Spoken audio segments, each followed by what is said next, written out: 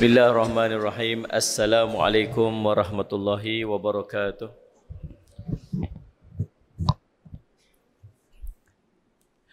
Alhamdulillahi rabbil alamin wal aqibatu lil muttaqin wa bihi nasta'in ala umuri dunya waddin. Ashhadu an la ilaha illallah wa ashhadu anna sayyidana Muhammadan abduhu wa rasuluh. Allahumma salli wa sallim ala habibil karim sayyidina Mustafa sallallahu alaihi wasallam wa ala alihi wa ashabihi wa man tabi'ahum bi ihsanin ila yaumiddin. Subhanaka la ilma lana illa ma 'allamtana innaka antal alimul hakim. Rabbi shrah li sadri wa yassir li amri wahlul 'uqdatam min lisani yafqahu qawli. Bismillahi ma syaa Allah la yasuqul khaira illa Allah ma syaa Allah. La yasrifu su'a illa Allah ma syaa Allah. Ma kana min ni'matin fa min Allahi ma syaa Allah. Wa la hawla wa la quwwata illa billah al-aliyyil azim. Bismillahilladzi la yadurru ma'asmihi syai'un fil ardi wala fis sama' wa huwas sami'ul alim. Bismillahilladzi la yadurru ma'asmihi syai'un fil ardi wala fis sama' wa huwas sami'ul alim. Bismillahilladzi la yadurru ma'asmihi syai'un fil ardi wala fis sama' wa huwas sami'ul alim. Na'udzu bikalimatillahi tammati min syarri ma khalaq. Na'udzu bikalimatillahi tammati min syarri ma khalaq. Na'udzu bikalimatillahi tammati min syarri ma khalaq. Allahumma inna na'udzu bika minal barasi wal jununi wal judam wa min sayyi'il asqam. Wa sallallahu ala sayyidina Muhammadin wa ala alihi wa sahbihi wa baraka wa sallam. Alhamdulillah rabbil alamin. Yang saya hormati Ustaz pengacara majlis, yang saya hormati Salih ala Sayyidina Muhammad, pengerusi masjid, seluruh ahli dan kuasa, tuan imam, pegawai masjid, para asatizah, alim ulama, ibu-ibu, ayah-ayah, tuan-tuan, perempuan sedang hadirin dan hadirat yang dirahmati sekalian. Alhamdulillah, puji syukur kita panjatkan kepada Allah SWT dapat sama lagi kita pada malam ni. Kali ketiga atau kali keempat lah kot. Mai sekali last hari tu, yang sebelum tu main masjid lama dulu. Teringat sangat beritahu kat Ustaz tu pasal kena paku. Terkena meja waktu tu, saya ingat lagi meja apa? Meja macam sampan tu. Pegang-pegang cak kena paku saja. Tu yang teringat sangat tu. Ada benda dia kan. Alhamdulillah. Tuan-tuan, kita berada pada bulan Rejab. Salah satu perkara istimewa yang berlaku dalam bulan Rejab ni tuan-tuan, iaitu peristiwa Isra' Mi'raj. Ulama khilaf tentang bila tarikh tepat berlakunya peristiwa Isra' Mi'raj ini. Beberapa pendapat ulama tentang tarikh dia. Bahkan ada yang mengatakan peristiwa Isra' Mi'raj ni tak berlaku bulan Rejab pun. Kita ni, di khususnya Nusantara ni, berpegang dengan pendapat yang mengatakan dia berlaku pada 27 Rejab. Kita boleh khilaf, boleh berbeza pendapat tentang tarikh dia. Tapi yang tak boleh berbeza pendapat ialah peristiwa Isra' Mi'raj wajib berlaku, mesti jadi. Ini mesti jadi. Isra' pun sama, Mi'raj pun sama. Dua-dua wajib jadi. Pasal apa? Pasal dalil dia, dalil Al-Quran. Bila Quran ni benda kena percaya tu. Wajib percaya. Yang ada pula yang duk kata apa, saya ni tanglin okey lagi Ustaz, tang Isra' Mi'raj ni tak apa nak boleh percaya sangat. Pasal logik-logik memang tak boleh nak pi. Kalau pi dekat sebulan, kalau perjalanan daripada Mekah pi ke Madinah, Salih ala Sayyidina Muhammad, daripada Mekah pi sampai ke Masjid Al-Aqsa tu, biasa-biasa tu. Bukan tempoh dia pendek. Tuan-tuan, baru ni Salih ala Sayyidina Muhammad, ada perbincangan berkaitan dengan teknologi orang dulu-dulu. Saya tengok satu Sallallahu Alaihi Muhammad dokumentari. Ada satu tempat di tengah lautan Hindi kalau tak salah saya lah. Dia antara pulau yang duduk tengah laut tu, dia ada satu pulau belah ni, satu pulau belah sini. Dia ada satu jambatan yang usia dia lebih 4,000 tahun yang lalu. Dan jambatan ini bukan berjalan atas laut. Jambatan ini dia batu bata disusun sampai ke dalam laut. Bukan jambatan yang jenis macam kita ni, jenis lagu tu. Tak, dia jadi tembok sepanjang-panjang daripada satu pulau tu kepada satu pulau yang lain. Sampai ke dalam laut, dasar laut. Sampai orang yang buat kajian tu mereka heran macam mana mereka susun bata tu. Bila 4,000 tahun dulu ni? Muhammad, zaman Nabi mana tak tahulah. Zaman Nabi Muhammad SAW 1,000 lebih tahun. Daripada sampai zaman Nabi Musa, Nabi Isa AS tambah lagi 500 tahun gap di antara Nabi Musa, Nabi Isa sampai Nabi Muhammad SAW. Nabi Muhammad. Contoh. Teknologi dulu entah-entah lagi hebat daripada lah ni, kita tak tahu. Kita duk kata apa? Entah teknologi dulu-dulu. Tak kot. Kita faham? Kita tengok macam mereka buat piramid tu. Kita duk kata apa? Dulu-dulu entah tak ada apa. Tak. Tuan-tuan tahu dalam piramid tu mereka masuk ada lukisan-lukisan dalam piramid tu. Gambar helikopter pun dah. Gambar kapal selam pun dah. Kita fikir, sebab mentaliti kita menganggap orang dulu tak erti. Kita terpedaya dengan teori Darwin. Orang dulu-dulu keluar mai jenis kera lah. Ni penguin ke apa? dia lepas tu berevolusi, lepas tu jadi orang. Itu pandangan kita. Tetapi kita jumpa monumen yang hebat, yang berlaku macam-macam gempa bumi, taufan, macam-macam yang berlaku, tapi benda-benda tu masih kekal duduk, tak berganjak, bahkan kukuh, hebat. Kadang-kadang entah apa teknologi daripada. Satu contoh tuan-tuan. Kita dengar tentang kisah Nabi Allahumma salli ala Nuh alaihi salam. Nabi Adam, lepas Nabi Adam, Nabi Idris, lepas Nabi Idris, Nabi Nuh AS. Maksudnya tak jauh daripada Nabi Adam AS. Waktu manusia waktu tu dah ada di muka bumi ni, tapi tak ramai lagi lah kot. Betul lah kot no? Taklah ramai sangat lah kot, tapi manusia ada lah. Kita teringat apa? Teringat Nabi Nuh AS diperintah oleh Allah naik atas bukit. Lepas tu diperintah oleh untuk buat kapal. Kapal ni tuan-tuan, kita pun maklum kapal ni dia terdampak di satu bukit ataupun gunung nama Bukit Judi. Dia jumpa lah tu belah-belah mana Turki atas mana tu. Yang tan-tan kat ujung tu lah. Turkistan, Kogostan, Gohek-Gostan, negeri setan. Negeri syaitan pun Abdul Wahab ada harta. Kaya. Itu cerita Piramli. Dia jumpa satu memang nampak macam bentuk kapal. Besar, sebesar-besar. Nabi Adam AS digambarkan oleh Nabi SAW tinggi dia 70 hasta. Saya nak crack sikit pemikiran kita hari ni. Bila saya dengar, saya pun fikir, betul lah. 70 hasta, Sallallahu Alaihi Muhammad.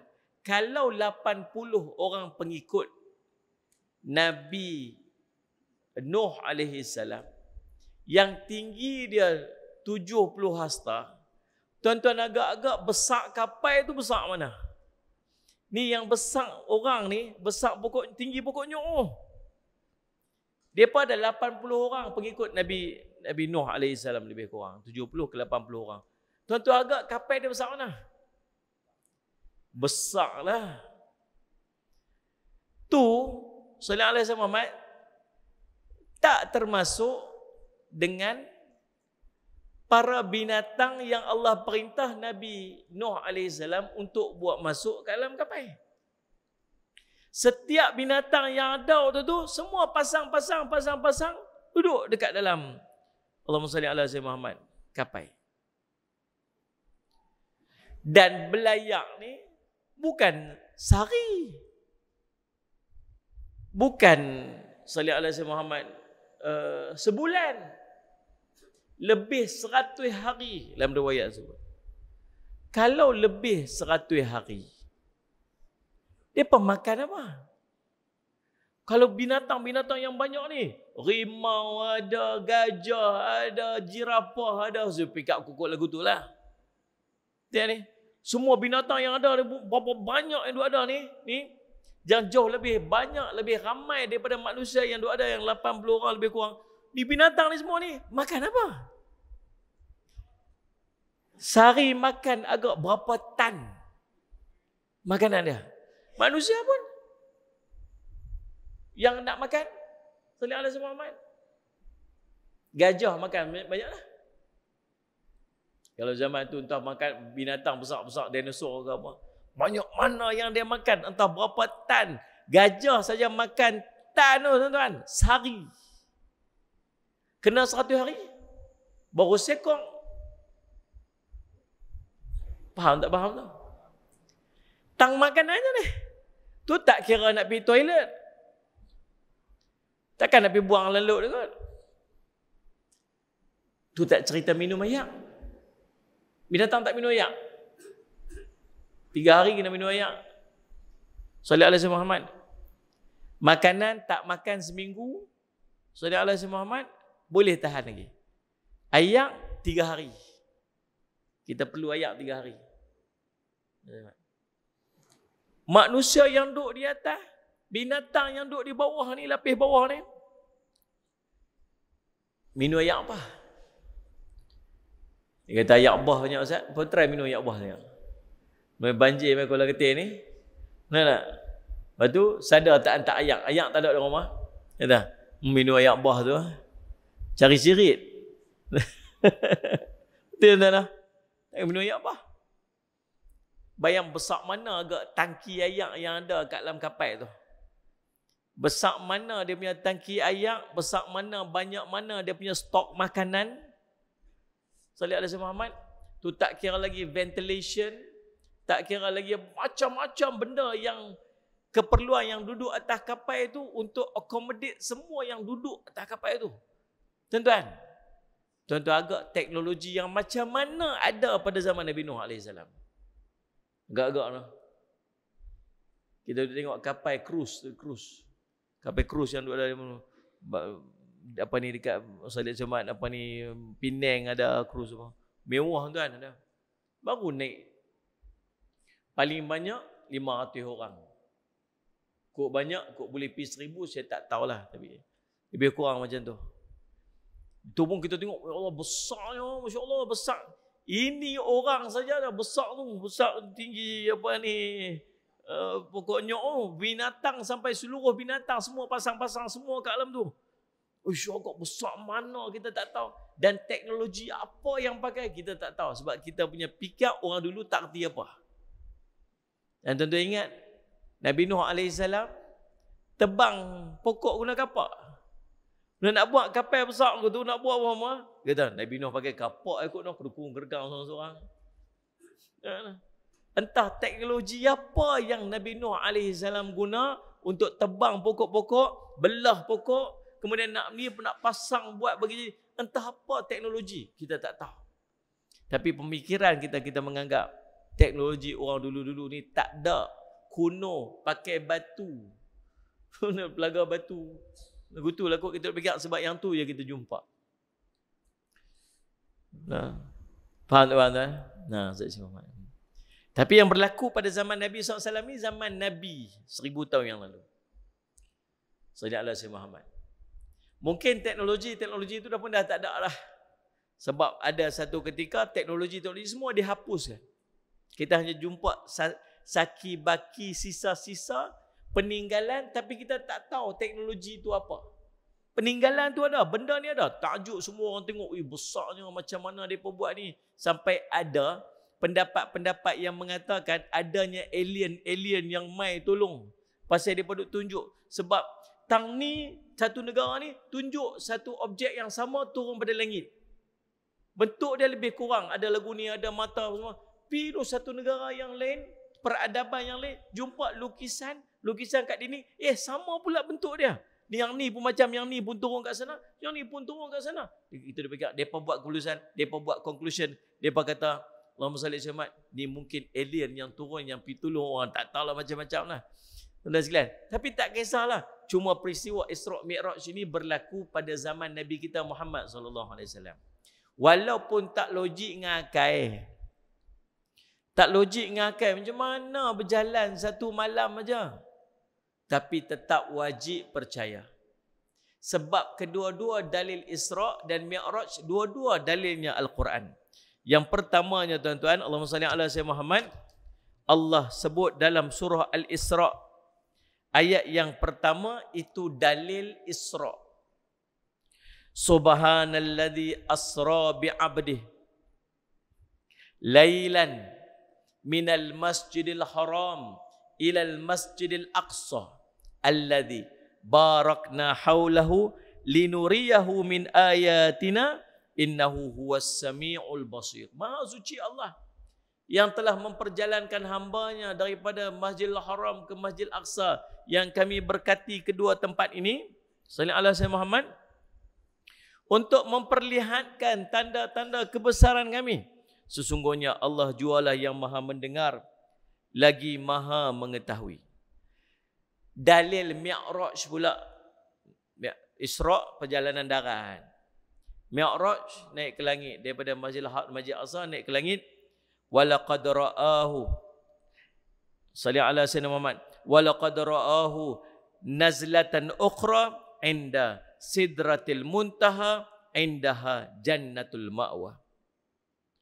Dan demi sesungguhnya Nabi Muhammad telah melihat, yakni malaikat Jibril dalam rupa bentuk asalnya sekali lagi di Sidratul Muntaha, iaitu pada malam Mi'raj, di mana di sisi Sidratul Muntaha itu terletak syurga Jannatul Ma'wa. Surah An-Najm ayat 13 hingga 15.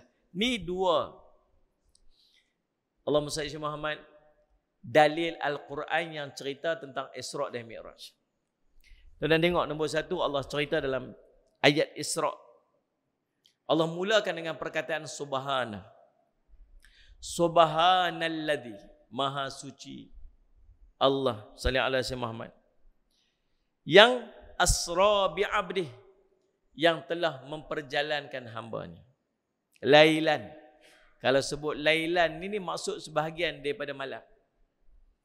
Allah mula dengan perkataan maha suci Allah. Allah nak bagi tahu dekat kita yang baca Quran ni, maha suci Allah siap-siap daripada segala kelemahan. Sagi ada satu cerita yang sangat hebat yang nak diceritakan lepas daripada ayat tu, perkataan tu, iaitu yang telah memperjalankan hamba dia. Walaupun tak logik dengan akal, maha suci Allah daripada sebarang kelemahan. Kemudian Allah kata asra bi'abdih. Ini kunci dia. Kunci yang keluarkan kepala kita, pemikiran kita daripada tak logiknya perjalanan. Saya pergi Palestin beberapa kali untuk program TV lah. Minta maaf, hari itu patutnya mai sini 14 hari bulan. Tu ya sana. Tapi 14 hari bulan tu ada rakaman Astro Oasis untuk Ramadan. Dia tak boleh nak mai. Tu tukar mai hari ni. Tengok tuan-tuan okey je, tak marah okey lah. Maksudnya kalau lain kali nak mai boleh ganjak-ganjak tuan tak marah okey. Suka orang dia marah. Tuan-tuan sallallahu alaihi Muhammad, bila sampai ke Palestin, saya jadi waktu tu pergi rakam program, nama dia ayat riwayat cerita tentang Isra' Mi'raj. Saya tanyalah dekat Sayyid Al-Syekh Muhammad, orang yang duduk kat sana, kata, kalau kita berjalan kaki lah ataupun naik unta lah daripada Masjidil Haram, daripada Mekah mai sampai Masjid Aqsa ni agak-agak berapa lama perjalanan? Dia kata tak kurang 2 bulan. Perjalanan biasa orang dulu paling tidak kurang 2 bulan sampai. Tuan-tuan, dalam riwayat sebut Nabi SAW keluar daripada rumah dia malam tu, esok tu patah balik, tempat tidur tu duk rasa hangat lagi bekas tidur. Ni memang benda tak logik dengan akal. Sallallahu alaihi wasallam, benda tak boleh masuk dengan akal. Waktu bila Nabi SAW sampai balik saja, Nabi cerita dekat Ummu Hani. Nabi SAW tidur rumah dia malam tu. Ummu Hani kata, Rasulullah, saya tak ada apa sikit pun, melainkan semua saya percaya belaka. Nabi nak cerita, dia tak sabar. Benda seronok. Macam kita lah, tiba-tiba pergi umrah ke, tiba-tiba pergi Jepun ke. Elok sampai Jepun, handphone tak boleh pakai. Dapat ambil gambar ya. Nak post dalam Instagram tak boleh, nak post dalam Facebook tak boleh, nak habaq kat orang betapa cantiknya pemandangan kita kat sana, nak cerita kat orang tak boleh, pasal tak boleh nak share. Kita pun ambil gambar simpan, ambil gambar simpan, ambil gambar simpan. Tak sabar balik-balik tu, orang mula-mula tanya, hang pergi mana tu? Pergi Jepun dah tengok gambar aku ni. Oh, tak sabar dah. Pasal apa? Nak kongsi kegembiraan. Tuan-tuan bayang tak Nabi SAW tengok syurga. Nabi tengok neraka kedahsyatannya. Nabi tengok dalam perjalanan macam-macam diperlihatkan kepada Nabi SAW. Kemuncak dia Nabi menghadap Allah. Lagi Nabi excited nak cerita. Tak sabar Nabi SAW nak cerita kat para sahabat yang duduk dekat Makkah waktu tu. Bahkan nak bagi tahu kat semua orang apa yang Nabi saksikan. Tapi apa kata Ummu Hani? Wahai Rasulullah SAW, tak apa. Kalau boleh tak payah duk cerita ke orang. Pasal apa? Pasal dia takut lagi ramai orang tak mampu nak percaya apa Nabi SAW cerita. Waktu tuan-tuan, bila Nabi SAW sampai balik, dia pecah manusia ni pada 3 kelompok. Kelompok pertama dia panggil Siddiqin, orang-orang yang memang percaya 100%, tak ada nak ragu-ragu sikit, jumpa pada Abu Jahal. Nabi ceritalah dia pergi mana-mana. Abu Jahal kata apa? Pergi mana Muhammad? Pergi Masjid Aqsa. Betul kan ni? Betul. Ui, cerita best ni. Tunggu saat lah.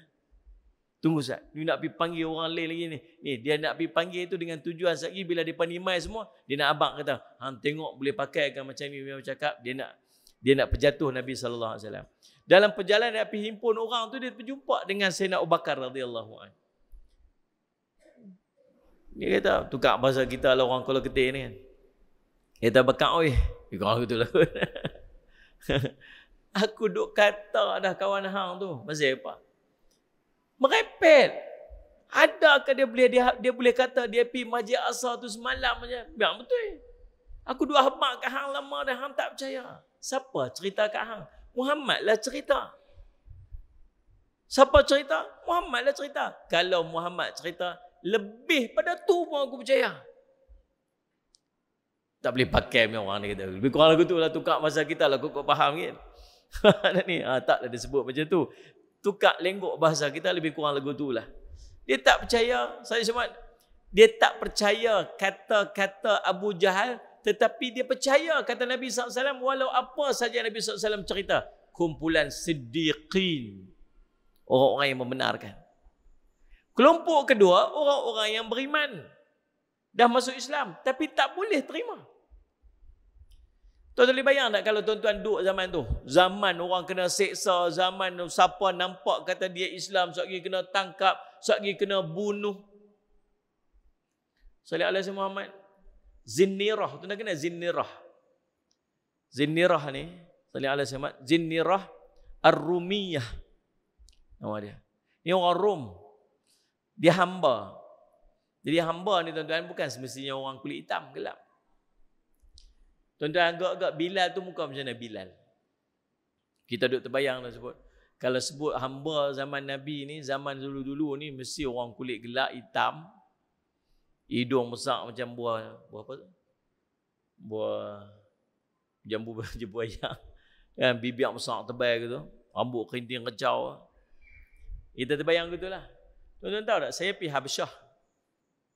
Utopia. Habasyah ni tuan-tuan, zaman Nabi SAW nama dia Habasyah. Di situ ramai daripada kalangan orang-orang dia yang dibawa, dijadikan hamba di tanah Arab di merata tempat. Salih Semat. Lah ni Habasyah tu terbahagi pada dua. Satu Eritrea, bawahnya Salih Alaihi Muhammad, Utopia. Ya nak, tuan-tuan tahu Utopia. Tu lagu Indonesia lu ni apa ni? Macam mana lagu dia? Jauh Utopia. Macam mana tak ingat lagu dia. Teringin pula nyanyi lagu tu.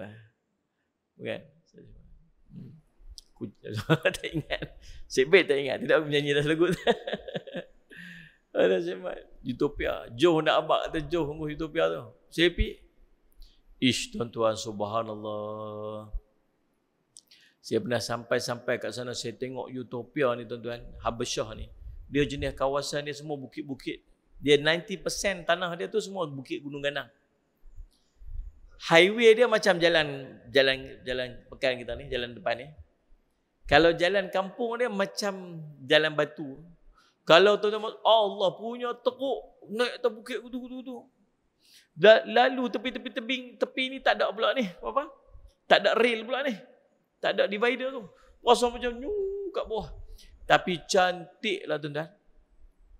Saya sampai kat Utopia tu, dia kata, di sinilah bumi hijrah para sahabat. Waktu para sahabat hijrah yang pertama sebelum hijrah ke Madinah, para sahabat berhijrah ke Habasyah.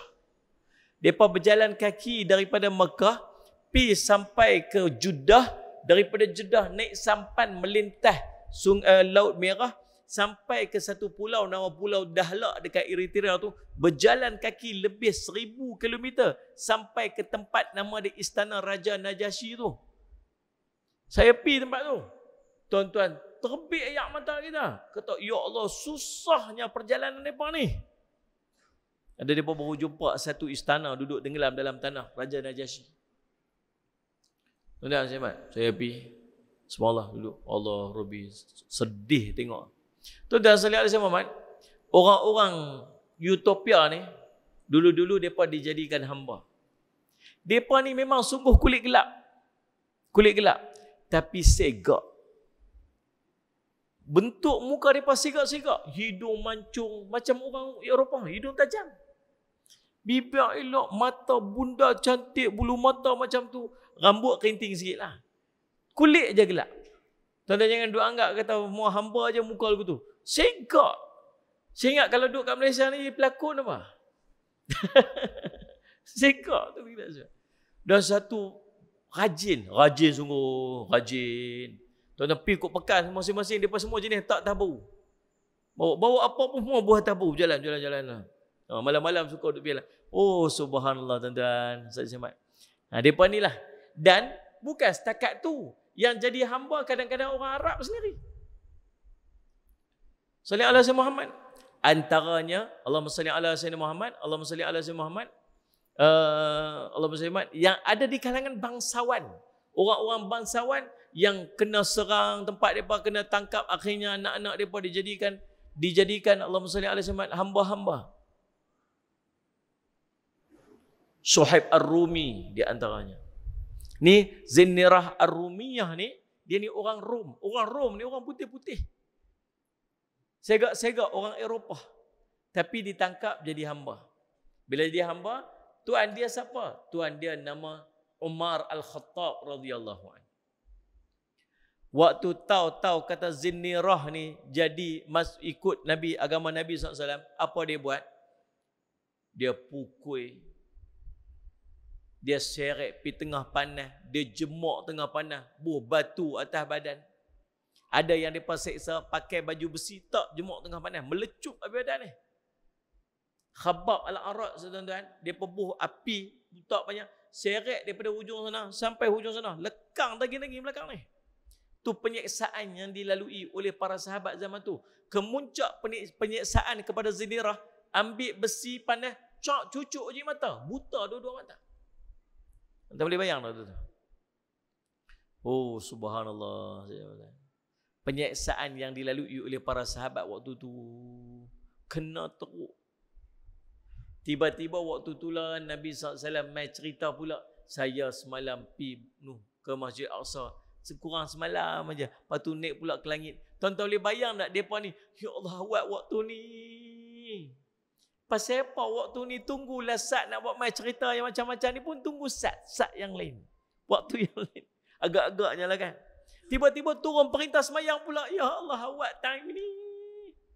Kami ni nampak sikit macam cenderung kat Nabi kena tangkap, kena seksa.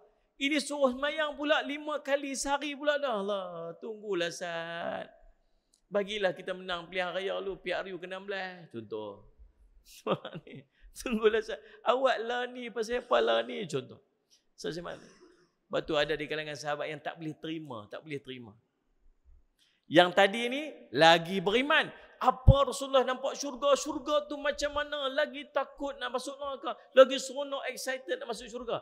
Tu kelompok pertama tadi. Kelompok kedua, lah awak waktu ni, pasal apa waktu ni? Kelompok ketiga langsung tak percaya. Jadi tuan-tuan, salih asma, maka penjelasan dia pada asra bi'abdih. Apa maksud asra bi'abdih? Yang telah memperjalankan hamba dia. Maksudnya Nabi SAW bukan berjalan sendiri. Nabi diperjalankan. Mak ni. Kita pergi Kuala Lumpur sini berapa jam? Berapa? 6 jam no, kalau ketir no. Juga. Kalau nak tala pergi apa ni, Kulim dulu kot. Boleh pergi berderah kot tempat kot jalan saya no. Kalau kat tempat saya, daripada rumah saya pergi Kuala Lumpur 3 jam setengah. Tu kira kalau bawa 120 km sejam lah. Kalau berderah sikit lagi dapat 3 jam. Berderah sikit lagi dapatlah 2 jam 45 minit gitu kan. Oh, berderah boleh. Biasalah 3 jam. 4 jam logik. Tapi kalau cengkerik, tak saat ni ada cengkerik saya kuat minit kat tangan dia. Dia main bagi salam. Ambil cengkerik tu, buh dalam cawan, tutup, berderah. Pergi Kuala Lumpur 4 jam. Ni pukul 9, 10, 11, 12, 1 sampai. Pergi berkena roti canai apa semua tu. Lepas tu patah balik main sini balik. 2, 3, 4, 5, 6 sampai sini balik. Lepas tu lepas cengkerik tu. Ni. Tu dia balik rumah dia. Balik rumah dia, bini dia tanya, Abang Rik Abang cengkerik pergi mana? Kata abang pergi mana? Pergi minum teh tarik tahun ni. Tak balik-balik malah ni. Dia kata pergi Kuala Lumpur. Kita biar betul abang ni. Kita sungguh aku pergi Kuala Lumpur. Kata. Macam mana abang pergi Kuala Lumpur? Kita. Tak logik cerita nak cerita buat cerita biar betul ni. Pergi Kuala Lumpur. Kata. Sungguh aku pergi Kuala Lumpur. Kata. Macam mana abang pergi? Kata. Bukan aku pergi sendiri. Pergi dengan kereta ustaz tu tumpang ni. Laju nak mampu. Aduh sebenarnya. Bagi cengkerik tak logik lah. Tapi bagi kita 4 jam tu logik lah. Betul lah. Bagi manusia, perjalanan daripada Masjidil Haram ke Masjid Aqsa dalam tempoh semalam, tak logik lah. Tapi bagi Allah, tak mustahil lagi laju pada tu Allah boleh buat. Allah buat ti sini, ti sana, boleh. Tepi sana, tu sampai sana, boleh. Allah boleh buat lagi cepat pada tu pun boleh buat. Betul kan?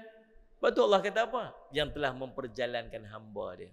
Dan perkataan hamba itulah ulama mufassirin menyebutkan bahawa yang berjalan pada malam tu bukan roh Nabi semata-mata. Tapi yang berjalan pada malam tu ialah jasad dan roh Nabi SAW sendiri. Sebab kalau berjalan roh tak ada mukjizat. Itu bukan mukjizat. Ya, semalam bangkit pagi tadi. Puas sungguhlah cerita kat bini kita. Puas betul lah abang semalam. Pasal apa? Semalam tahu tak abang pergi makan malam dengan Presiden Amerika. Biar betul sungguh makan dengan Biden. Nama dia Biden. Orang ingat orang Kuala Ketir je nama Biden. Presiden mereka pun nama Biden. Makan dengan bini tu. Bila? Malam semalam. Biar betul ya, Abang duduk sebelah saya lah. Betul ya, Abang makan semalam dengan dia. Makan kat mana? Malam mimpi. Mimpi tu sesuatu kat orang lah. Ini bukan satu benda mukjizat, bukan satu benda yang mencari adat kalau benda tu berlaku hanya dalam mimpi. Roh, perjalanan roh. Sebab tu mukjizat Nabi SAW bila Nabi SAW berjalan pada malam tu dengan roh dan jasad dia sekali. Minal Masjidil Haram, daripada Masjidil Haram ke Masjid Aqsa. Allahumma salli ala Muhammad. Tuan-tuan, Masjid Aqsa ni tuan-tuan, bila Nabi SAW sampai, Nabi naik burak. Malam tu Nabi SAW naik burak. Burak ni tuan-tuan, Nabi sebut dalam hadis riwayat Imam Bukhari, seekor binatang berwarna putih. Badan dia kecil sikit daripada bagal, besar sikit daripada kaldai. Nama dia burak. Dia melangkah sejauh pandangan mata. Tuan-tuan tak sedut cari kat dunia ni tak jumpa burak ni. Burak oil ada. Burak oil ada. Lepas tu burak oil pula gambar dia tu macam kuda ada sayap apa tu. Yang tu kok burak tu bukan burak. Wah ni tu kuda terbang. Itu hanya imajinasi manusia. Burak ni dalam riwayat tak ada sebut dia ada sayap. Dalam hadis sahih cerita dia hanya berwarna putih, nombor satu. Nombor dua, dia kecil sikit pada bakal. Tuan-tuan tahu bakal? Tahu? Siapa sini pernah tengok bakal? Kenal bakal? Tahu? Tak tahu? Saya pun tak tahu. Kita kenal bakal di Piramli abang kita tu lah. Dia bakal dia kata tu. Tahu. Jangan tengok. Kaldai. Besar sikit pada kaldai. Lebih kurang macam tu lah. Al-Barqu ni tuan-tuan. Al-Barq ni dia masuk kilat. Sebab tu tak mustahil perjalanan dia tuan-tuan. Sekali dia langkah sejauh mata memandang. Kilat ni dia punya speed dia tuan-tuan. 300,000 kilometer per second. Satu saat boleh pergi 300,000 kilometer. Jauh no? Satu saat ni. Daripada bumi nak pergi bulan 420,000 kilometer. Ya ni. Apa elok masuk periksa. Maksudnya tuan-tuan, satu second tu dia tu perjalanan dia nak sampai ke bulan tau. Satu saat je. Nak sampai bulan lah. Sikit lagi nak sampai bulan. Perjalanan hanya satu saat. 1 saat setengah sampai bulan. Sampai ke bulan. Maksudnya laju sungguh-sungguh. Kalau ikut perkiraan speed, light speed dia panggil. Kelajuan cahaya. Tak ada lagi kenderaan yang ada kelajuan cahaya ni. Kelajuan bunyi dah. Dah ada jet yang melepasi kelajuan bunyi. Dia lagi laju pada kelajuan bunyi. Tak ada. Tapi tidak, yang tu dah ada.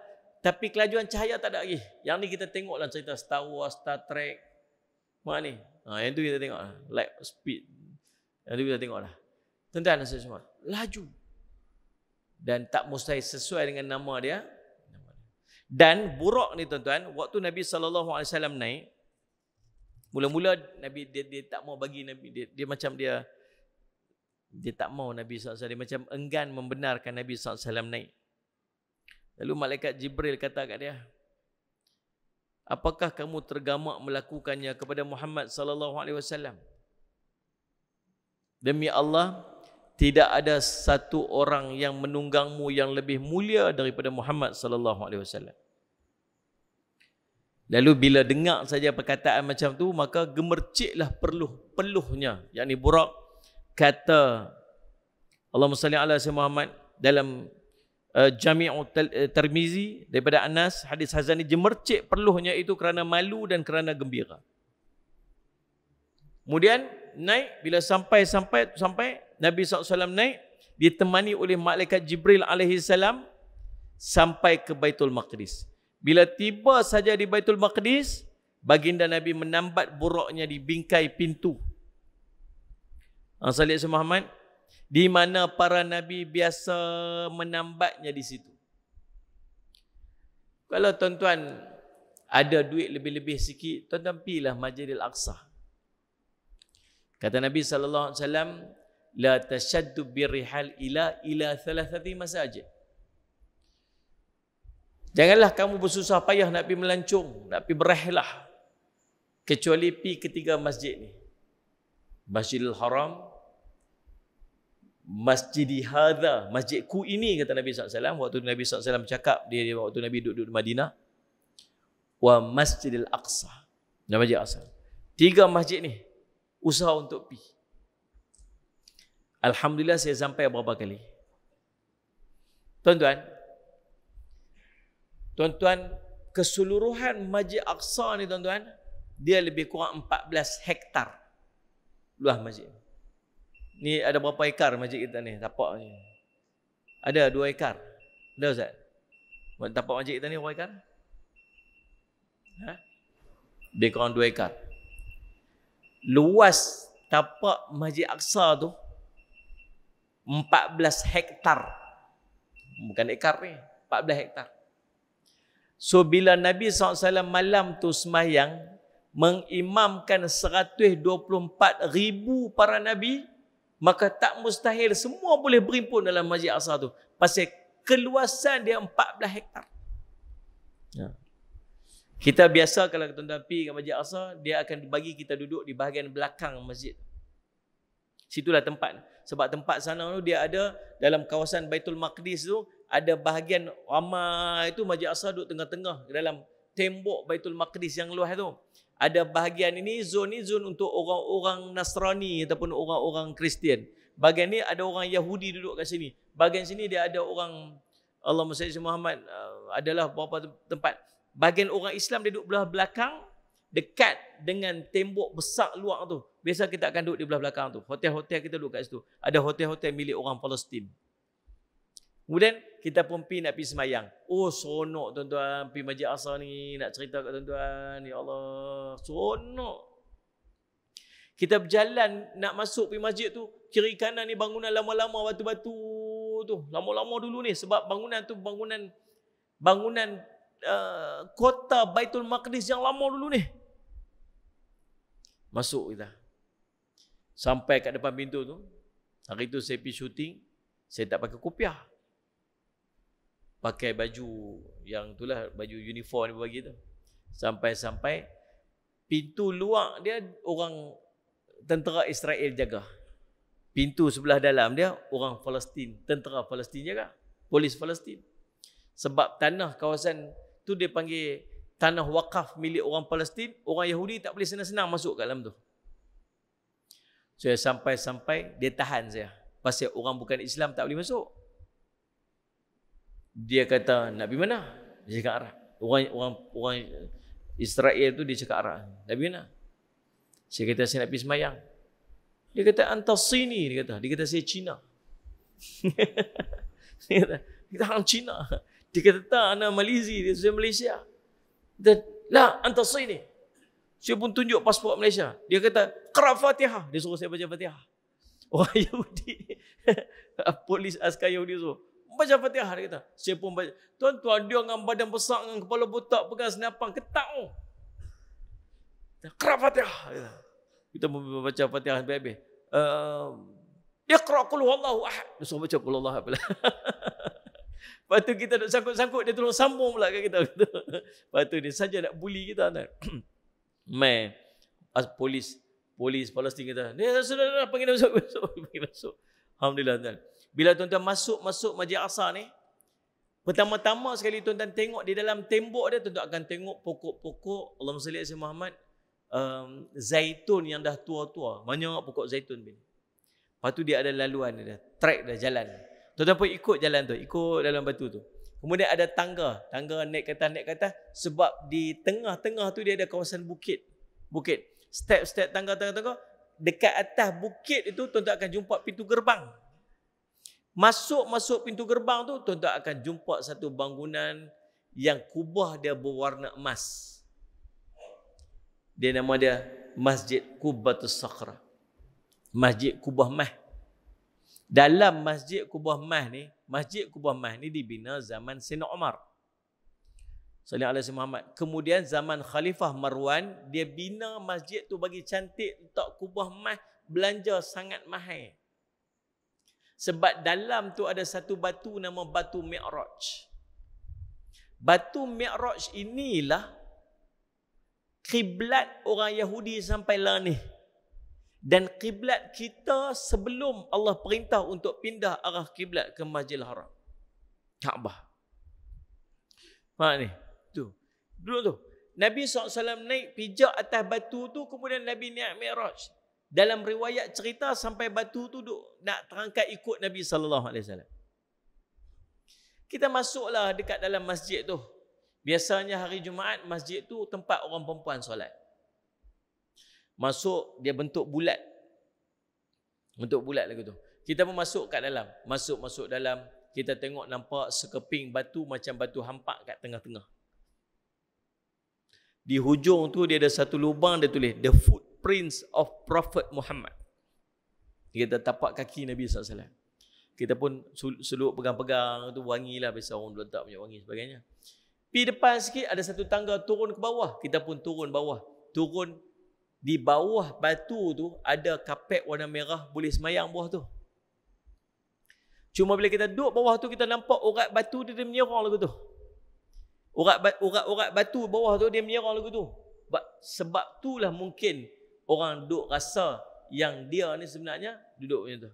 Bahkan ada riwayat ulama dulu pernah tengok keadaan dia batu dia memang macam tu. Wallahu a'lam. Benar Ustaz Syamad. Bila duduk bawah tu, waktu tu saya nak sembahyang zuhur, saya ingat. Tiba-tiba jumpa jemaah Malaysia. Dia kata, "Ustaz main mana?" Saya buat syuting kat sini. "Jom kita sembahyang zuhur sama." Mayang kami sembahyang bawah tu. Lepas sembahyang saya beralih kat depa. Saya kata, "Tuan-tuan tahu tak tuan-tuan sembahyang kat mana ni?" "Tahu Ustaz, Masjid Aqsa." "Tahu tak tang mana betul-betul? Tang mana?" "Ustaz," dia kata, "tuan-tuan, kita sembahyang di bawah batu tempat solat, perintah solat turun. Perintah semayang turun. Tang ni lah Nabi SAW turun. Dan tuan-tuan semayang tang ni." Bergerak teriak lah. Right. Kita pun naik atas balik, keluar daripada masjid tu, bergerak pergi ke depan. Bergerak pergi ke depan. Bila bergerak pergi ke depan, jumpa satu lagi pintu gerbang. Sampai ke pintu gerbang ni, tuan-tuan tengok depan dia, tuan-tuan sekalian, sallallahu alaihi wasallam Muhammad, nampak ada satu masjid di depan sana, kubah dia warna macam arang. Cakul. Nak kata hitam, bukan hitam. Dia macam arang. Bahasa orang putih dia panggil cakul. Warna cakul. Warna kelabu gelap. Dan tuan-tuan, tang tu wajib berhenti tang tu. Tak pasal apa wajib berhenti tu. Dia ada satu perkara yang tuan-tuan wajib buat tang tu. Nama dia selfie. Sebab cantik sangat. Tang tu memang siapa berhenti, dia mesti pusing lah ni. Dia angkat selfie nampak belakang sana. Dia selfie belah ni, dia nampak belakang dia kubah emas tu. Memang tempat tu cantik sungguh. Ni wajib bahasa kita lah. Kita kalau wajib ni hukum dia tak buat berdosa. Yang ni tak buat pun tak apa. Perangai kita tu, kena wajib buat tu. Kita pun turun ke bawah. Pergi depan sana, satu-satu masjid kat depan tu ada kubah tu, nama dia Masjid Qibli. Di sebelah kiri dia masjid nama Masjid Marwan. Kita pun beralih sebelah kanan. Beralih sebelah kanan kita tengok ada 1, 2, 3 orang askar Yahudi duduk jaga kat depan tu. Kita kata tu menatang apa tu? Kita pun pergi tengok ada satu pintu. Depan pintu tu tulis Masjid Buraq. Duduk dalam Masjid Aqsa ni. Rupanya dalam Masjid Aqsa ni ada banyak masjid. Masjid Qubatul Sakhra, Masjid Qibli, Masjid Marwan, Masjid Buraq. Kita pun masuk dalam. Buka pintu, kita tengok dia turun ke bawah. Masuk jumpa tangga. Tangga tu pergi kat tu, kemudian dia pusing balik ke bawah. Dia duduk di bawah. Pergi tengok kat dinding ada satu besi bulat duduk melekat kat dinding tu. Kan? Itu simbolik tempat Nabi SAW ikat burak dia. Mai pekat kita ni, pekat picu mesti tu. Ni. Cium besi je kan ada apa. Orang pergi pasar tu nak abang simbolik. Jangan pergi cium pasal apa. Minat cerita kita ni kan tengok pelik sikit. Kata besi ni lah yang Nabi ikat. Tak ada Nabi ikat kat pintu. Tuan-tuan, lepas tu kita pun beralih kat tepi ni, kata awak dinding ni pelik sangat, tak tahu. Boleh bayang ni kita macam ni. Ni ada tiang tengah ni, ada 6 kan. 1, 2, 3, 4, 5, 6. Belah ni cantik dah. Tengok belah ni, ada dinding duduk tengah-tengah ni. Kita pun heran pasal apa tiba-tiba ada dinding ni. Belah ni apa jadi? Rupanya sebahagian daripada Masjid Burak tu telah dirobohkan. Diruntuh. Pasal apa diruntuh? Pasal kalau kita boleh jeluh pi sebelah sana, kita akan tengok orang-orang Yahudi duduk tu buat ibadat depa di sebelah sana. Tempat tu dia panggil the Wailing Wall, tembok ratapan. Tahu tak? Tuan bisa tengok tak tu? Depa pergi duduk tu, depa pergi duduk angguk tu. Cara depa, antara cara depa tu, depa angguk-angguk lah. Tuan duduk kat depan, tengok depa duduk baca kitab, depa duduk angguk-angguk gitu. Bisa tengoklah. Nak khusyuk lebih sikit, pergi angguk antuk kepala kat dalam tembok tu lah kot. Pasal apa dia buat tuan tu? Pasal tempat tu dia bertentang direct dengan batu Mi'raj Nabi SAW, sebab tu kiblat dia. Tuan-tuan, saya masuk pergi tempat tu. Dia pergi tu. Kita buat stand upper kat sini. Stand upper ni bila host bercakap, tahu tak? Tuan-tuan tengok dekat TV kan, host tu bercakap. Tuan-tuan, kita sekarang berada di tempat ni. Tu dia panggil stand upper. Director kata, Ustaz kita buat stand upper kat sini. Okey, kita pun berdiri. Duduk tempat dia tu. Tempat dia tu, dia pos belakang. Kita duduk tu. Kita pun kata kat dia kan faham kita cakap Melayu. Inilah orang-orang yang melanggar perintah Allah, perintah apa semua dia kata. Dia pun main tu, bagus. Dia pun tak faham kita kata apa. Tuan-tuan sekalian subhanallah. Itu suasana Masjid Al-Aqsa. Kemudian tuan keluar balik, tuan-tuan pergi masjid. Di Masjid Qibli, masjid yang selalu tuan-tuan tengok bila dikena serang dengan orang Yahudi apa semua, mereka duduk sembunyi dekat dalam masjid tu, yang pintu dia besar tu. Tuan-tuan perasan tak? Tuan-tuan tengok kerana mereka duduk kena serang tu. Itu Masjid Qibli depan tu. Ada satu tangga turun ke bawah. Masjid Aqsa Qadim. Masjid Aqsa lama. Masjid Aqsa zaman dulu-dulu ni. Masuk alam tu, tuan-tuan tengok, ya Allah, tembok-tembok dia besar. Tiang tu punyalah besar. Pernah satu hari mereka duduk kat tu, mereka dengar bunyi pelik bawah tanah. Tuan-tuan tahu tak, pada zaman Salahuddin Al-Ayyubi pergi buka Masjid Aqsa, pergi buka Baitul Maqdis, pergi take over Baitul Maqdis, dulu pernah dibuka oleh pada zaman Sayyidina Umar radhiyallahu an. Lepas tu kena rampas balik. Lepas tu dibuka balik oleh Salahuddin Al-Ayyubi. Tuan-tuan tahu tak Masjid Aqsa tu jadi apa? Jadi tempat pembuangan sampah selama puluhan tahun. Tempat buang sampah, penuh sampah tu. Mereka bersih, buat balik masjid. Tuan-tuan malam tu dia duduk rehat, dengar. Ni recently ni, dalam 10 tahun lepas. Kata tak sampai lagi. Dengar bunyi gerudi, dengar bunyi mesin kat bawah tanah. Mereka pun jeluh tengok ada satu telaga. Jeluh tengok dalam telaga tu, rupa-rupanya orang Yahudi sedang korek lebih 20 lubang di bawah Masjid Aqsa. Alasan nak cari tinggalan sejarah. Dia panggil Haikal Sulaiman. Dia berkata ni ada Temple of Sulaiman dulu ni. Solomon Temple dia panggil. Dia nak pergi cari balik sumber artifak. Bohong, sampai satu pun tak ada. Memang tak berjumpa. Memang tak ada. Nak cari tu Masjid Aqsa tu ada lah. Nabi Muhammad. Lalu subhanallah, Nabi Muhammad tuan, dan rupa-rupanya tujuan dia ialah untuk merobohkan Masjid Aqsa daripada bawah. Sebab mereka nak bangunkan, dan target mereka ialah membangunkan temple mereka. Kuil. Banyak masjid yang jadi macam tu lah. Kita pergi ada satu tempat, tuan-tuan sekalian, satu masjid, dalam dia ada makam Nabi Daud AS. Makam Nabi Daud, bawah dia, atas dia, masjid 2 tingkat, ada kubah, ada kaligrafi ayat Quran kat tepi dia. Kita masuk dalam, dia suruh kita pakai topi atas kepala. Dia sediakan satu bekas macam ni, dia tak topi kecil-kecil tu, kopiah kecil-kecil tau. Kopiah kecil-kecil macam Allahumma salli Muhammad, putu piring tu. Ya tak? Satu putu piring ni kan. Putu apa dia panggil? Putu mayung. Ya tak? Dia suruh buah atas kepala kita. Nak masuk sini yang kena buah atas kepala hang ini. Kalau tak buah tak boleh. Lepas tu, siapa pakai topi boleh, siapa pakai kopiah boleh masuk. Masuk. Rupanya dekat dalam tu ada kubur ataupun makam Nabi Daud alaihissalam, dan masjid tu total ditukar jadi sinagog. Sinagog ni kuil orang Yahudi. Ada satu masjid lagi nama Masjid Ibrahim.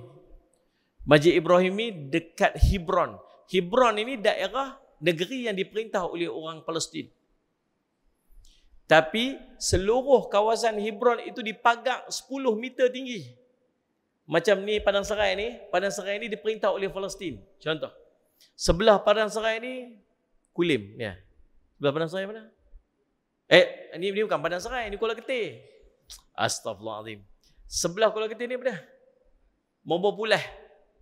Nah ni. Katalah Mobo Pulah tu diperintah oleh Israel. Kuala Ketir diperintah oleh Palestin. Dia tembok keliling Kuala Ketir ni tuan-tuan 10 meter tinggi. Setiap ujung tu ada askar Yahudi duduk jaga. Tak boleh keluar, tak boleh masuk. Ada 2 pintu je, dua pintu je. Nak masuk, nak keluar sini hang kena pergi minta permit untuk keluar. Hospital duduk belah sana. Hebron itu diperintah oleh Palestin. Ada satu masjid yang sangat bersejarah kepada orang Islam. Nama masjid ni Masjid Ibrahimi sebab dalam tu ada makam Nabi Ibrahim alaihissalam. Dan itu adalah kubur Nabi Ibrahim alaihissalam. Kalau tuan-tuan jumpa makam-makam belum tentu kubur. Makam Nabi Ibrahim dekat dengan Kaabah tu bukan kubur, itu bekas tapak kaki Nabi Ibrahim alaihissalam. Tuan-tuan jumpa makam Bilal merata tempat, bukan kubur, belum tentu lagi. Tuan-tuan jumpa makam para nabi merata-rata, Salih Muhammad. Itu belum tentu kubur dia. Tapi 2 tempat ini confirm kubur Nabi. Yang pertama, kubur Nabi Muhammad sallallahu alaihi wasallam di Madinah. Yang kedua, kubur Nabi Ibrahim alaihissalam di Hebron tu. Sampai hari ini ada 6 kubur dalam satu masjid. 2 depan Nabi Ishaq dengan isterinya Rifqah. Tengah ada makam Nabi Ibrahim dengan isterinya Sarah. Belakang ada makam Nabi Yaqub dengan isteri dia, Salih Muhammad. Ada 6 kubur duduk atas satu masjid yang sangat besar. Duduk di atas puncak bukit. Kita sampai-sampai tengok masjid tu di atas bukit. Satu hari pada tahun 1995. Semayang subuh bulan Ramadan, 10 akhir Ramadan. Hari Jumaat. Waktu sembahyang Jumaat baca surah Sajadah. Elok habis sujud saja, daripada sujud sajadah bangkit, tiba-tiba bunyi letupan. Orang yang duduk sebelah tu dia ingat bunyi mercun, rupanya bunyi tembakan, dan dia tahu bunyi tembakan katanya bila ada orang sebelah dia yang jatuh, bruk jatuh. 20 orang syahid dalam masjid pagi tu. Ditembak oleh seorang askar Yahudi berwarga negara Amerika. Dia doktor, Salih Ahmad, doktor Ustaz Ahmad untuk tentera Yahudi. Dia tak puas hati, dia duduk, dia bawa senapang, dia masuk dalam masjid, tembak orang sedang sembahyang subuh. 20 orang mati dalam masjid. Orang kampung semua keluar. Bila keluar, 30 orang lagi kena tembak dekat luar dan mati syahid hari itu. 50 orang mati pada hari tersebut. Masjid itu ditutup selama 9 bulan. Tutup 9 bulan masjid. Selepas 9 bulan, masjid itu dibuka balik. Setiap orang yang nak pergi semayang dekat masjid mesti melalui pos askar Yahudi dekat depan pintu tu.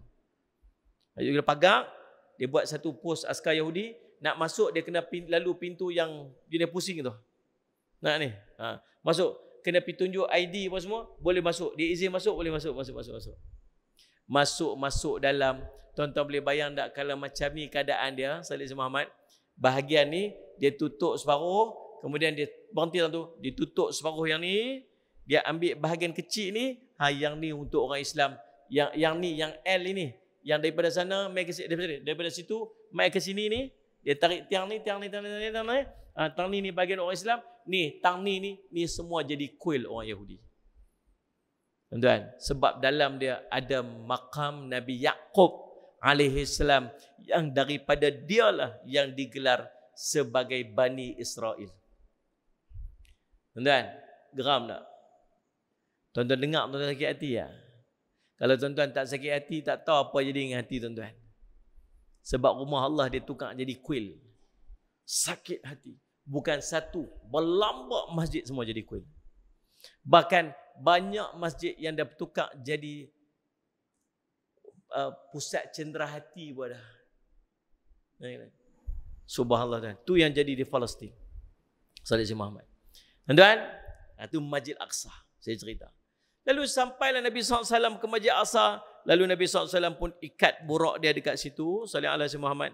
Lalu Nabi SAW pun naik ke langit. Walaqad ra'ahu nazlatan ukhra. Demi sesungguhnya Nabi Muhammad telah melihat malaikat Jibril dalam bentuk rupanya yang asal. Itu kali kedua. Kali pertama Nabi SAW tengok malaikat Jibril alaihi salam waktu peristiwa turunnya ayat ya ayyuhal muddathir. Besar mana malaikat Jibril alaihi salam? Malam tu Nabi tengok malaikat Jibril. First time tengok ke langit. Penuh ruang langit ni. Sepenuh-penuh ruang langit ni. Semua terlindung. Tak nampak langsung langit. Tengok ujung sana. Tengok ujung sini. Tengok sini. Tengok sini. Penuh ruang langit ni. Siapa ni? Terlindung oleh malaikat Jibril. Maksud besar sungguh malaikat Jibril ni. Boleh bayang tak? Kalau tertutup seluruh ni. Besarnya. Masya Allah. Tak nampak tu ujung ufuk tu. Tak nampak. Terlindung ufuk tu. Besarnya malaikat Jibril ni. Nabi kata, besar sungguh kejadian kamu wahai Jibril. Jangan kata macam tu. Hebat sungguh. Jangan kata tu. Ada lagi besar pada aku. Malaikat Israfil. Hari yang malaikat Jibril diperlihatkan kepada Nabi SAW dalam bentuk rupanya asal. Malaikat Jibril ni ada 600 sayap. 300 sayap sebelah kanan. 300 sayap sebelah kiri. Yang malam yang Nabi SAW nampak malaikat Jibril penuh langit tu hanya buka satu sayap dia saja daripada 600 sayap dia. Kita kata, besar. Satu aja penuh ruang ni. Subhanallah, besarnya malaikat Jibril AS. Nabi kata, hebat penciptaan kamu Jibril. Jangan kata lagu tu. Ada lagi besar pada aku. Siapa? Malaikat Israfil. Besar mana malaikat Israfil ni? 1200 sayap. Maksudnya sekali ganda malaikat Israfil yang besar. Malaikat Jibril yang besar. Kata, Masya Allah. Tuan-tuan, kalau bandingan daripada 600 kepada 1200 tu, kita bayang sekali ganda kan? Kalau besar ni, maksudnya 2 kali lah. Besar tu lah lebih kurang. Betul kan? Faham ke tu? Tak. Kalau malaikat Jibril buka semua 600 sayap dia, buka, dia hanya duduk di bawah satu sayap malaikat Israfil. Tu dia. Besar tak besar lah. 600 sayap buka, duduk bawah satu. Bayangkan kalau dia buka semua 1200 sayap dia. Kata, besarnya sayap malaikat Israfil, besarnya malaikat Israfil. Jangan kata lagu tu. Ada lagi besar. Malaikat pemikul arash. 2400 sayap. Yang kalau dibuka 1200 sayap malaikat Israfil, hanya duduk di bawah satu lembayung sayap malaikat Nabi, malaikat pemikul arash Allah SWT. Tuan-tuan, sebab tu besarnya para malaikat. Nabi SAW tengok malaikat Jibril kali kedua dekat Sidratil Muntaha. Dan dalam perjalanan itu, tuan-tuan sekalian, Allahumma salli ala sayyidina Muhammad, Nabi SAW berjumpa dengan para Nabi dan para Rasul. Allahumma salli ala sayyidina Muhammad. Tuan-tuan, patah balik sikit. Bila Nabi SAW sampai dekat Masjid Aqsa, Nabi SAW solat 2 rakaat. Semayang. Waktu tu, dalam riwayat sebut, Nabi SAW mengimamkan seluruh para Nabi dan para Rasul. Dalam nak membuktikan dan nak mengiktiraf Nabi SAW sebagai penghulu kepada para Nabi dan para Rasul. Bukan Nabi yang lain. Nabi Muhammad SAW, Nabi kita.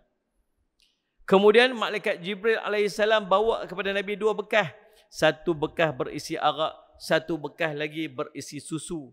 Lalu baginda memilih susu. Lantas Jibril berkata, engkau telah memilih fitrah. Segala puji bagi Allah yang telah memberi hidayah kepadamu untuk memilih fitrah. Jika kamu mengambil arak, niscaya akan sesatlah umatmu. Hadis riwayat Imam Bukhari. Lalu Nabi SAW pun naik ke langit Mi'raj. Bila sampai ke langit, tiba di langit dunia, Jibril berkata kepada malaikat penjaganya, bukalah. Dia bertanya, siapa ni? Aku Jibril, kata dia. Lalu dia bertanya lagi, ada siapa bersama dengan kamu? Jibril menjawab, ya, bersamaku Muhammad. Dia bertanya lagi, apakah diutuskan sallallahu alaihi Muhammad malaikat kepadanya? Sallallahu alaihi Muhammad. Malaikat menjawab, Jibril menjawab, ya. Lalu malaikat penjaga langit pertama pun membukanya sambil berkata, marhaban dengan kedatangannya. Sesungguhnya telah datang sebaik-baik orang yang datang. Allah bersama. Hadis ini riwayat Imam Bukhari. Bila Nabi SAW sampai ke langit pertama, Nabi SAW tengok ada seorang lelaki sedang duduk. Di sebelah kanan dia ada satu kumpulan manusia. Sallallahu alaihi Muhammad. Sebelah kirinya ada satu kumpulan manusia. Bila dia tengok sebelah kanan, dia senyum. Bila dia tengok belah kiri, dia menangis. Lalu Nabi SAW bagi salam dekat dia. Dia jawab salam. Dia kata, marhaban kepada anak yang soleh dan Nabi yang soleh. Sallallahu alaihi Muhammad. Kemudian, bila baginda bertanya Jibril, siapakah lelaki itu? Maka Nabi Jibril pun menjawab, itulah Adam. Di sebelah kanannya anak-anak cucunya yang bakal menjadi ahli syurga, dan di sebelah kirinya adalah bakal daripada ahli neraka. Tuan-tuan, pasal apa jumpa Nabi Adam AS pada langit pertama? Kata Imam As-Salihi dalam kitabnya Sallallahu alaihi wasallam, dalam kitab dia, dia sebut Sallallahu alaihi Muhammad. Menurut Ibnu Abi Jamrah dia sebut, Nabi Adam AS diletak di langit yang pertama sebab nak beritahu seolah-olahnya bahawa subhanallah Sayyid Muhammad, dia adalah Nabi yang pertama dan bapa bagi sekalian manusia. Itulah hikmah dia. Sallallahu alaihi Muhammad. Ada juga pandangan daripada ulama kata Nabi Adam tu nak mengingatkan kita tentang kejadian mereka daripada tanah, sebab langit pertama yang paling dekat dengan tanah. Nabi Isa langit yang kedua. Pasal apa Nabi Isa?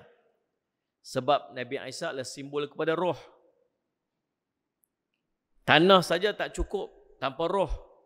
Jadi demikian, mai langit kemudian Sallallahu alaihi Muhammad, langit ketiga, langit kedua jumpa Nabi Isa, jumpa Nabi Yahya.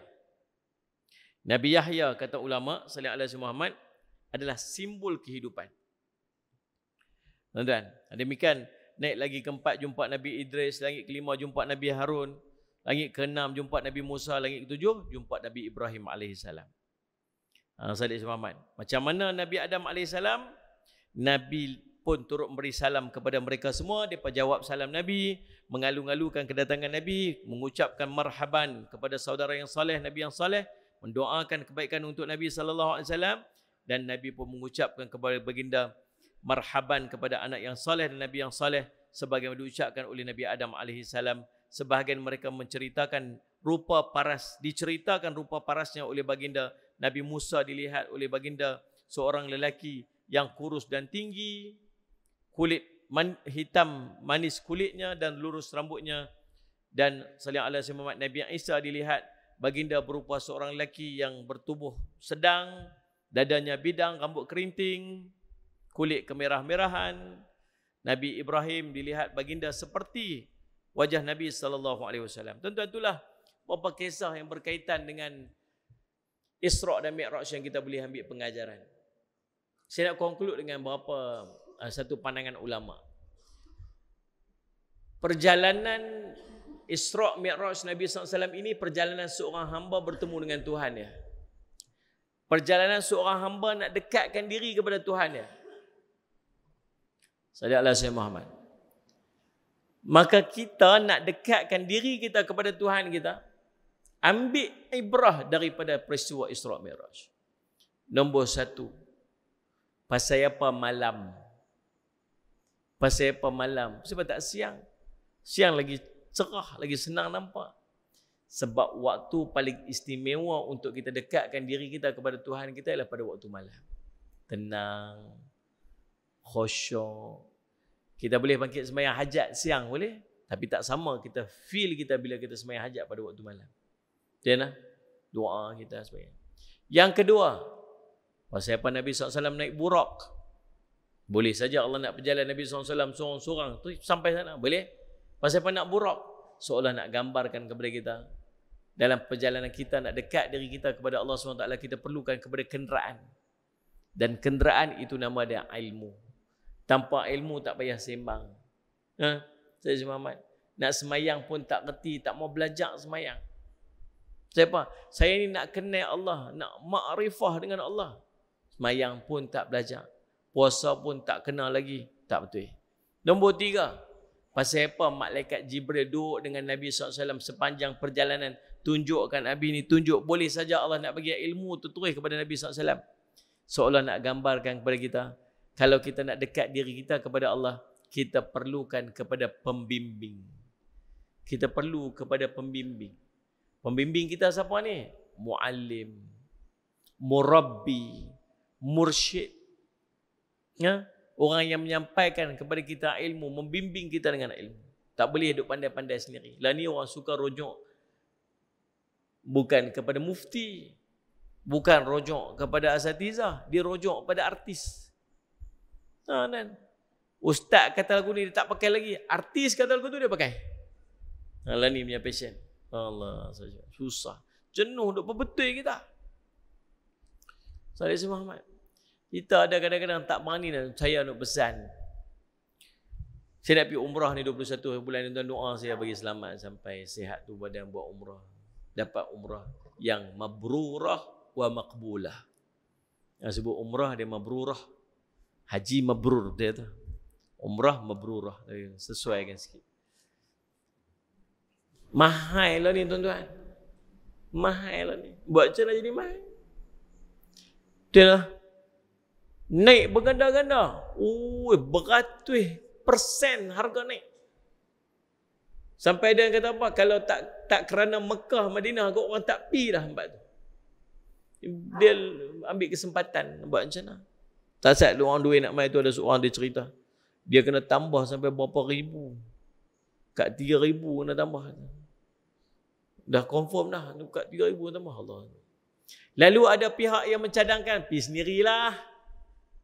Pergi ambil lah ni dah bukan tak perlu kepada visa umrah dah. Visa pelancong pun boleh pergi. Pergi sendiri. Tuan-tuan pergi booking tiket, flight. Tuan-tuan pergi booking hotel, tuan-tuan pergi sendiri. Ada ni grup-grup dia bincang ni. Dia panggil buat umrah DIY. Tahu saya kata apa?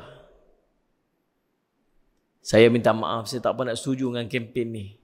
Tahu pasal apa? Bukan sebab saya ada travel umrah, tak ada. Saya pun pingin orang ajak saya pergi lah. Pasal nak buat ibadat. Kalau nak pergi Jepun tak apa. Pergi sendiri-sendiri. Pergi belajar bahasa Jepun sikit. Tak kerti pakai Google Translator ni kan. Saya nak pergi mana? Nak taksi. Cakap dia tolong translate. Tak apa. Nak pergi New Zealand kan, nak pergi jalan-jalan. Pergilah. Tapi pergi nak buat ibadat. Kalau tak kerti nak rujuk, siapa? Tidak ni. Buat urusan ibadat. Ada seorang tu dia saja bawa anak dia. Dia nak pergi seorang-seorang. Dia tak gamak. Bawa anak dia seorang, umur berapa belas. Dah balik dah budak perempuan tu. Budak tu bukan nak pergi sangat. Mak ajak pergi lah. Pergi tak mengaji apa. Pergi sana tawah-tawah kentut. Bila kentut tuan-tuan sekalian, dah balik dia tak ada apa. Dia ingat macam tak ada apa. Kentut tak ada apa pun. Balik-balik kat sini pun semua. Dah berapa lama dia habak kat mak dah. Itu mak kita pergi itu. Saya kentut tawah tu lah. Tak apalah mak pun. Pergi rujuk ustaz kata apa? Boleh. Dia duduk dalam, dia dikonsider sebagai masih duduk dalam ihram lagi. Bahkan subhanallah, dia berkahwin pula lepas pada tu. Banyak benda yang berengkai habis kes yang tu tak ada ilmu ni, tuan-tuan. Saya sendiri pun kadang-kadang buat jemaah, ada benda yang kita tak kerti, kita rujuk lagi pada orang lain. Ini dia nak pergi sendiri. Dia nak pergi sendiri. Dia nak buat urusan sendiri. Tak kerti, jangan duk buat. Kita yang duk pergi berulang kali pun ada je benda-benda kadang-kadang kita berjumpa yang kita tak kerti. Benar Ustaz Somad. Pasal nak ibadat. Kalau tuan-tuan pandai, cerdik, biasa dah, tak apa. Datang nak rujuk kat mana, okey silakan. Tapi kalau kita yang tak biasa pi, yang baru setakat pi sekali, yang kalau boleh pi dengan siapa-siapa, pi dengan pembimbing, itu lebih baik. Pasal kita nak buat ibadat dan kita nak pastikan ibadat kita tu Allah terima dan tak ada masalah-masalah yang akan berlaku dah ini. Saya Semad. Tu. Yang berikutnya tuan-tuan sekalian Semad, bila Nabi SAW dalam peristiwa Isra' dan Mi'raj ini, Nabi SAW pergi daripada masjid ke masjid. Boleh aja Nabi SAW naik daripada kawasan Tanah Haram Mekah naik. Boleh? Ataupun sampai ke Baitul Maqdis. Boleh. Tapi Allah sebut dalam tu daripada Masjidil Haram ke Masjid Aqsa. Nak beritahu dalam perjalanan kita nak dekat diri kita kepada Allah, kita tak boleh lepas daripada masjid. Betul nak jadi orang baik, kena jadi orang masjid. Betul-betul nak jadi orang baik, kita kena jadi orang masjid. Dekat-dekat dengan masjid. Ni sampai tuan-tuan boleh bayang tak? Kalau tak kerana semayang Jumaat tu wajib, saya ingat, sekali pun tak berjejak kaki kat masjid ni. Ada. Kalau tak pasal semayang Jumaat tu wajib, dia tak main masjid dah kan. Hari Jumaat pun duduk keluar. Saya pun heran, saya tak faham lah tuan-tuan dengan kita ni kadang-kadang. Ni nak beletak 5 minit lagi, tunggu sekejap. Nabi sebut Salasun man kunna fihi wajada halawatul iman. 3 perkara yang kalau 3 perkara ni ada pada diri tuan-tuan tu akan dapat kemanisan iman. Nombor 1 sekali, an yakun Allah wa rasul ahabba ilaihi mimma siwahuma. Dia mencintai Allah dan Rasul itu melebihi daripada selain pada keduanya. Yang keduanya, dia mengasihi saudaranya dan tidaklah dia cintai melainkan semata kerana Allah. Yang ketiga, dia benci untuk kembali kepada kekufuran. Sebagaimana dia benci dilemparkan dalam api. Yang nombor 1 sekali, dia cinta pada Allah lebih daripada semua. Orang cinta ni lagu mana cinta ni? Orang cinta ni tuan-tuan, bukan tunggu takat cakap I love you. Ni paklong-paklong yang umur dah 70, 60 dah, 50 pun jadilah. Ada tidur malam-malam cakap I love you kat maklong? Ada tak maklong? Tidur malam-malam. Tok Hang. Ya Tok Hang. I love you. Wah, muntah untuk tu. Agaknya lah. Mana ada tak sebut dah. Tak nak sebut dah. Ni. Kalau sebut baguslah. Tengok orang tua-tua, orang putih tu. Jalan pegang tangan. Balik je pegang tangan lagi kita tengok. Ayolah pegang-pegang tu. Buang tebiak apa lagi pun. Lagi telefon anak-anak dia ni. Balik cepat nampak mak ni, nampak raya tak lama ni. Tuan-tuan, cinta ni dia terzahir dengan perbuatan. Kata, ni Panjang panggilkan Nuri Umar. Aku meluat betul dengan Panjang. Dia kata kat bini dia, Bukan abang tak mau pergi, tapi tak boleh pergi dengan Panjang ni. Panjang, tengoklah hari tu ni, betul pilihan raya hari tu ni. Dam-dam bendera lain. Oh, dia maki kita ikut dan aku tak boleh pergi dengan Panjang ni. Jomlah pergilah. Kalau tak pergi, dia kata apa pula? Julah. Agak-agak dia pergi tu, dia duduk lama-lama tak? Agak-agak pergi duduk belengkak lah rumah tak? Pergilah tak tahu duduk depan, duduk kat sofa duduk sana, betul, tengok TV, tolong angkat hidang. Ada tak? Ada. Agak-agak lah. Ni faham tak faham saya tanya ni? Ada tak gitu? Tak ada lah. Dia duduk tau ujung. Duduk kat tiang apa ni? Tiang kemah paling ujung kali tu. Duduk meja tu. Salih Alaihi Muhammad. Bini dia kata apa? Nak masuk tengok pengantin sekejap. Pergi cepat je lama-lama. So bini dia teralik sikit lah tu. Beletak. Balik. Kali duduk lama-lama ni. Start kereta. Pompi. Tu tanda cinta ke tanda meluat? Tanda cinta ke tanda meluat? Meluat. Itulah panggil kita di rumah Allah ni. Itulah panggil kita di rumah Allah tu. Mai duduk belengkak keluar. Nak pi ni. Nak pi juga ni. Nak kena pi juga. Tapi pi tu pun Allah dia kali duduk dalam. Yang bubuh pi lah. Tuan-tuan, masjid kita ni ada bahagian ni. Dia panggil tempat. Yang kita niatkan sebagai apa? Sebagai tempat solat. Ataupun dewan solat. Yang i'tikaf duduk tang ni. Orang dekat luar sana, Said Samad, yang tak tempat yang tidak diniatkan sebagai dewan solat, Said Samad, orang haid pun boleh duduk tuan-tuan. Hampir pilih aircon 23 biji lebih sejuk pada Maybank ni tuan-tuan. Dia tak mau. Dia duduk kat luar. Dia tak boleh duduk dalam. Dia rasa macam, lagu mana tu, dia rasa rimah, dia rasa saya perut, dia rasa lenguh, dia rasa macam duduk dalam bara, duduk atas bara api. Tapi dia nak pi, dia nak pi juga. Dia berasa dia nak pi, tapi dia tak boleh duduk. Benar tak? Tu tanda cinta ke tanda meluat? Faham tak faham? Nabi kata, "Ukhdhurul Jum'ah." Mai yang Jumaat orang lelaki-lelaki. Wadnu minal imam, duduk dekat dengan imam. Nabi sebut sebuah riwayat. Imam Tirmizi kalau tak salah saya. Ukhdhurul Jum'ah, mai Jumaat ni orang lelaki-lelaki. Mai duduk dekat dengan imam, bukan duduk dekat imam ini tu, imam khatib tu. Sesungguhnya fa inna rajul, sungguhnya seorang lelaki yang dia suka duduk jauh daripada imam ni hari Jumaat tu, maka akan dibelakangkan tempatnya dalam syurga walau dia dapat masuk syurga. Dia boleh masuk syurga. Pahala banyak dah, siap dah masuk syurga dah. Mai sampai malaikat dah ambil duduk belakang. Pasal apa? Nak duduk belakang sangat lu, Jumaat ambil duduk belakang. Agak-agak lagu tu lah. Tenang semua. Ni rumah Allah ni. Ni. Ni pun duduk kata ni, Ustaz kata 5 minit dah 7 minit dah ni. Dah balik. Allah maksud mana? Tanda cinta. Allah tak selesa lah, tak seronok lah. Ni balik tanya abang, kalau pergi main Jumaat, tang mana abang suka duduk hari Jumaat tu? Itu dia kata kat bini dia, yang tahu tak bilik ayak mana, bilik ayak masjid? Tahu bilik ayak masjid mana? Tahu. Tepi tu. Dia kata apa, yang suka duduk dalam tandas waktu orang azan ni setan. Tu dia sampai macam tu kita ni tuan-tuan. Dengan Allah. Itu tak cerita yang lain. Rumah Allah pun kita tak suka duduk ni. Tak seronok.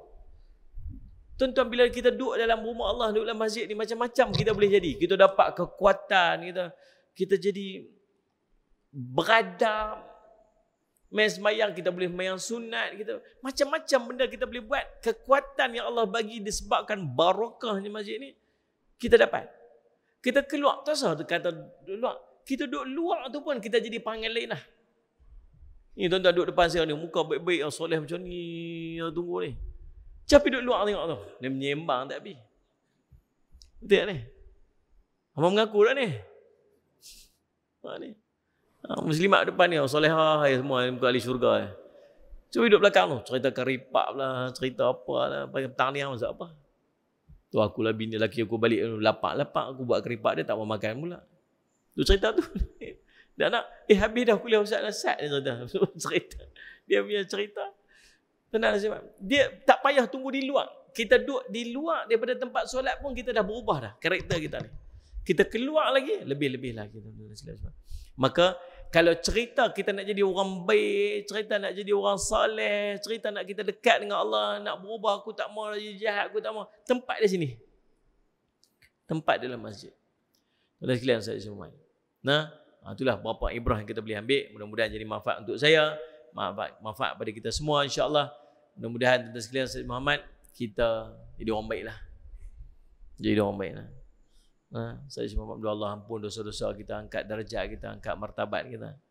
Kita dibimbing oleh Allah ni supaya kita tak buat maksiat lagi dah.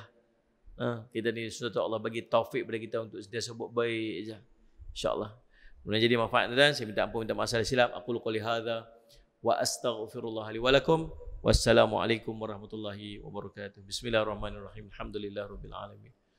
Wassalatu wassalamu ala rasulil amin sayyidina Muhammadin wa ala alihi washabihi ajma'in. Allahumma faqihna fid din wa 'allimna ta'wil wa ja'alna min ibadikas salihin wa ihdinas siratal mustaqim.